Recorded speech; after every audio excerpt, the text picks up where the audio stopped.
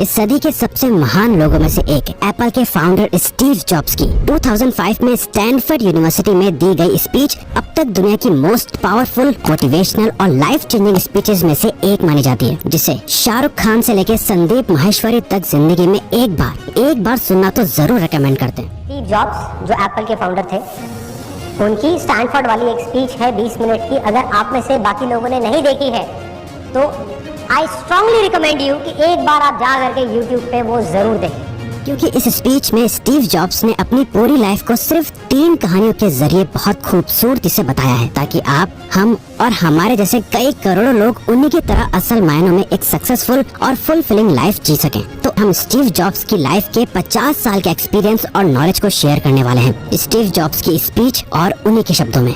तो Steve jobs कहते हैं, मेरी पहली कहानी कनेक्टिंग द डॉट्स है, जो कि मेरे जन्म से ही शुरू होती है। फरवरी 24, 1955 को जोएन शीबल और उनके बॉयफ्रेंड अब्दुल फतेह जंदाली एक बेबी बॉय के पेरेंट्स बने, लेकिन स्टीव जॉब्स की मां जोएन के पिता ने उनके इस रिलेशनशिप को कभी एक्सेप्ट नहीं करा, जिस वजह से स्टीव जॉब्स के दोनों पेरेंट्स को एक दूसरे से अलग होना पड़ा और अपने न्यू बॉर्न बेबी यानी स्टीव जॉब्स को अडॉप्शन के लिए छोड़ दिया। जोएन खुद एक कॉलेज ग्रेजुएट थी। वो चाहती थी कि उनके बेटे को अडॉप्ट करने वाले यानी गोद लेने वाले पेरेंट्स भी पढ़े लिखे कॉलेज ग्रेजुएट ही हो, और इसीलिए स्टीव के पैदा होने से पहले ये डिसाइड हो गया था कि उन्हें एक लॉयर और उनकी वाइफ गोद लेंगे। लेकिन जैसे ही स्टीव जॉब्स का जन्म हुआ और वो इस दुनिया में आए, उन लोगों ने स्टीव को अडॉप्ट करने से मना कर दिया, क्योंकि वो दोनों एक बेटी को गोद लेने की उम्मीद कर रहे थे। लेकिन वही एक दूसरा कपल भी था जिसे वेटिंग लिस्ट में डाला गया था। तभी कैलिफोर्निया के इस कपल को कॉल आया और उनसे पूछा कि एक लड़का पैदा हुआ है, आप इसे अडॉप्ट करने में इंटरेस्टेड हैं? उन पेरेंट्स ने फौरन हाँ कर दी, लेकिन mother Joan adoption paper sign करने में थोड़ा संकोच कर रही थी, क्योंकि अडॉप्ट करने वाली लेडी क्लारा जॉब्स कभी कॉलेज ग्रेजुएट नहीं हुई थी और उनके हस्बैंड पॉल जॉब्स ने हाई स्कूल भी पास नहीं करा था। लेकिन दोनों पेरेंट्स ने जोएन को बहुत कन्विंस करने की कोशिश करी और उनसे प्रॉमिस करा कि वो उनके बेटे को जरूर कॉलेज पढ़ने भेजेंगे, जिस पर जोएन मान गई।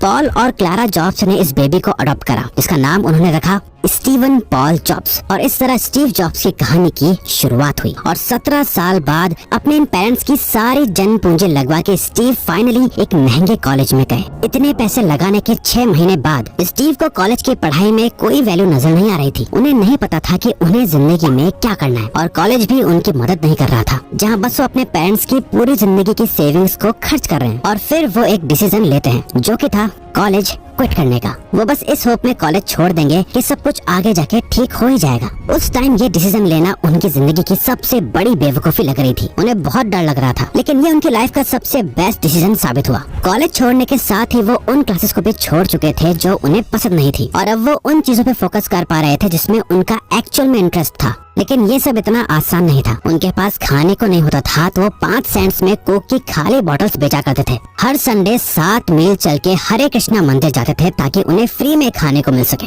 अपने इंट्यूशन को फॉलो करते करते वो अपने कॉलेज में कैलीग्राफी से इंट्रोड्यूस हुए, जहाँ पूरी कंट्री में सबसे बेस्ट कैलीग्राफी सिखाई जाती थी। पूरे कैंपस का हर एक पोस्टर, हर एक लेबल इतना खूबसूरती से हैंड कैलीग्राफ्ट करा गया था, जिसमें उन्हें इंटरेस्ट आने लगा और उन्होंने कैलीग्राफी की क्लासेस ज्वाइन करके ये सीखना शुरू कर दिया, जहाँ उन्होंने सेरफ और sans सेरफ टाइपफेसिस के बारे में सीखा, लेटर्स के बीच में स्पेस कॉम्बिनेशन को समझा, टाइपोग्राफी की पूरी आर्ट को अच्छे से मास्टर करा। ये सब करते वक्त उन्हें जरा भी आइडिया नहीं था कि ये उनकी लाइफ में प्रैक्टिकली कैसे काम आने वाला है। लेकिन 10 साल बाद जब वो अपना सबसे पहला मैकिंटॉश कंप्यूटर बना रहे थे, तब ये सब फुल सर्किल आने लगा। मैक दुनिया का सबसे पहला